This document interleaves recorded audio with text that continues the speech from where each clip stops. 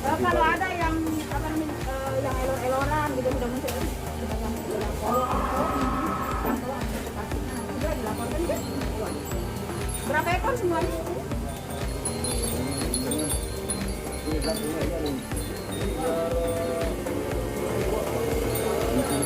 Sama anu Pak, kalau misalkan lagi ada yang melek, jangan dikawin dulu karena untuk sementara ini kita tidak ada yang betina. Kalau yang jantan jangan disuntik dulu nih kalau sekedar untuk suntik sehatnya. Kecuali yang registrasi kalau ada dia juga menceritakan itu yang eloran atau yang betina tadi yang melakukan.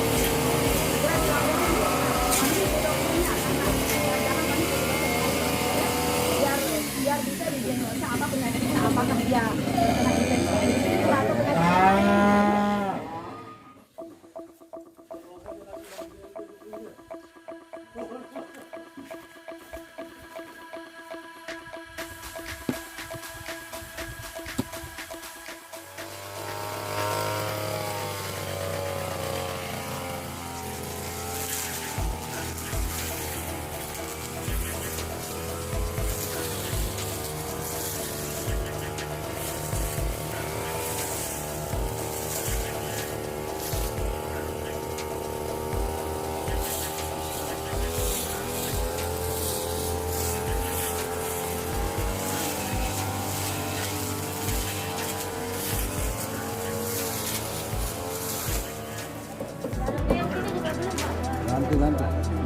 Nanti, nih.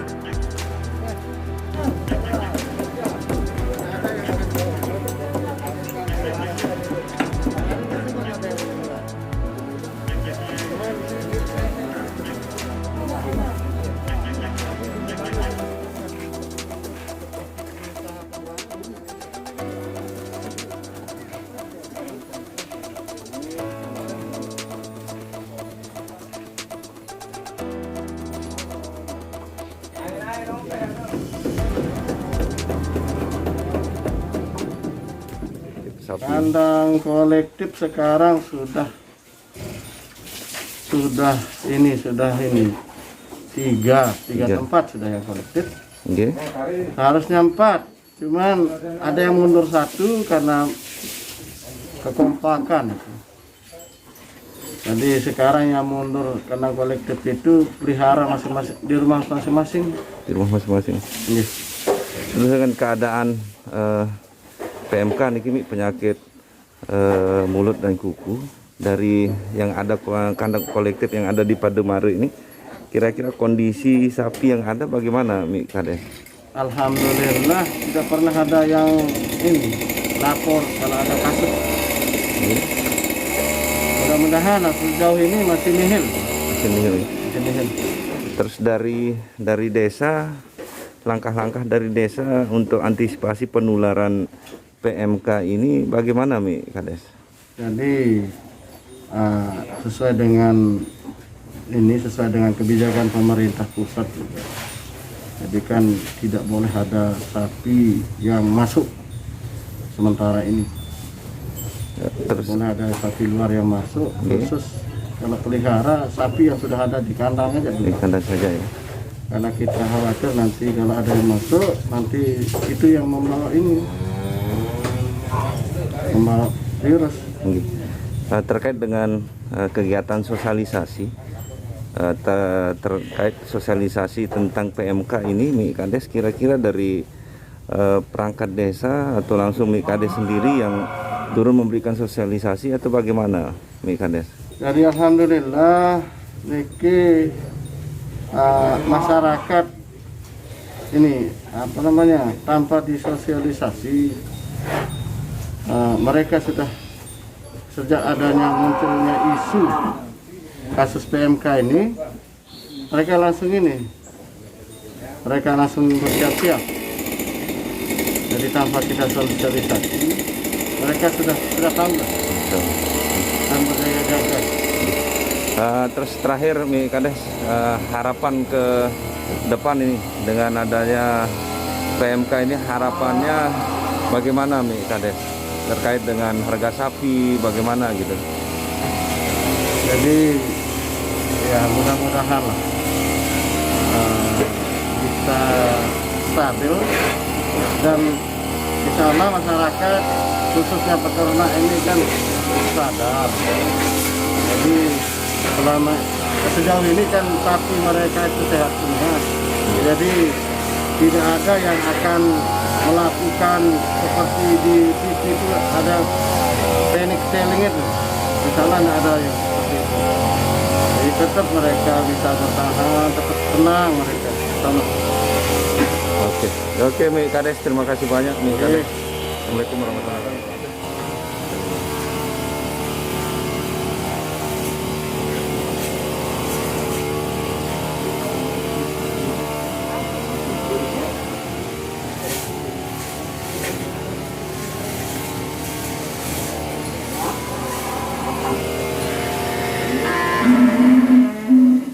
Mohon izin Ibu, terkait dengan penyakit yang sekarang lagi trennya ini, masalah hewan yaitu PMK, penyakit mulut dan kuku.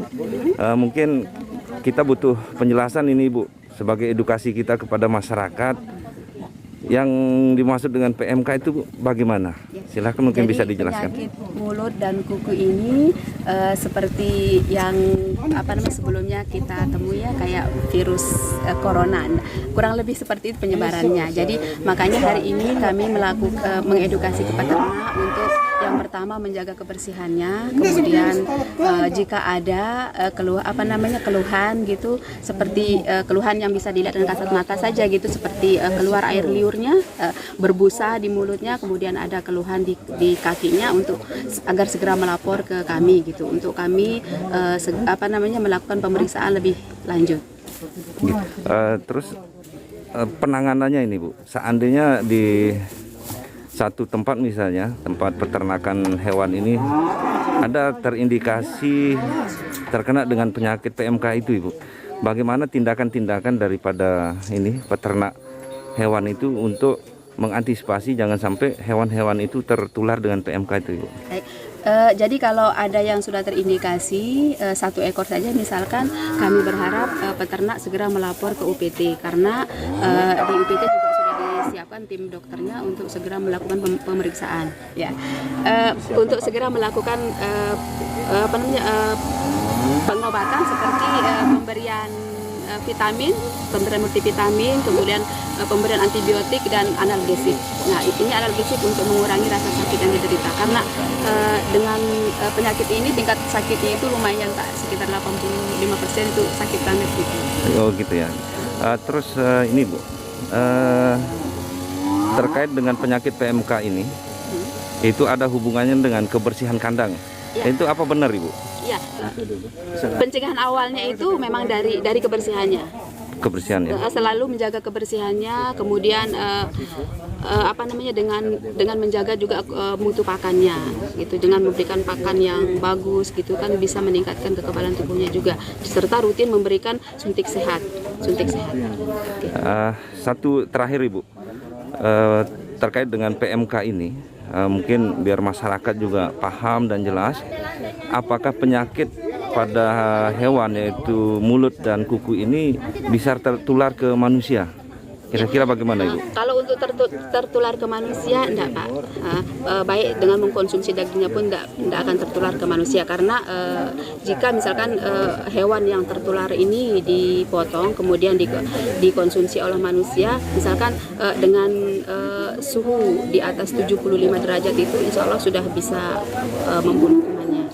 Seperti itu. Jadi kami menghimbau kepada seluruh peternak untuk tidak dulu melakukan jual beli, baik itu di pasar, karena pasar juga sekarang kan sudah ditutup. Nah, kami wanti-wanti ini untuk peternak yang melakukan jual beli di kandang, karena proses keluar masuk sapi dari kandang satu ke kandang yang lain itu sangat besar kemungkinan untuk tertular ya. Untuk tertular gitu. Oke, makasih banyak Ibu. Okay. Mudah-mudahan dengan penjelasan dari Ibu ini sebagai edukasi kepada masyarakat, nanti kita akan share, kita akan bagi kepada masyarakat guna untuk mencegah penularan daripada penyakit ini, yaitu penyakit mulut dan kuku. Terima kasih Bu. Mudah-mudahan masyarakat kita juga mengerti dengan kondisi seperti ini dan bisa kita arahkan. Siap, makasih Bu. Assalamualaikum.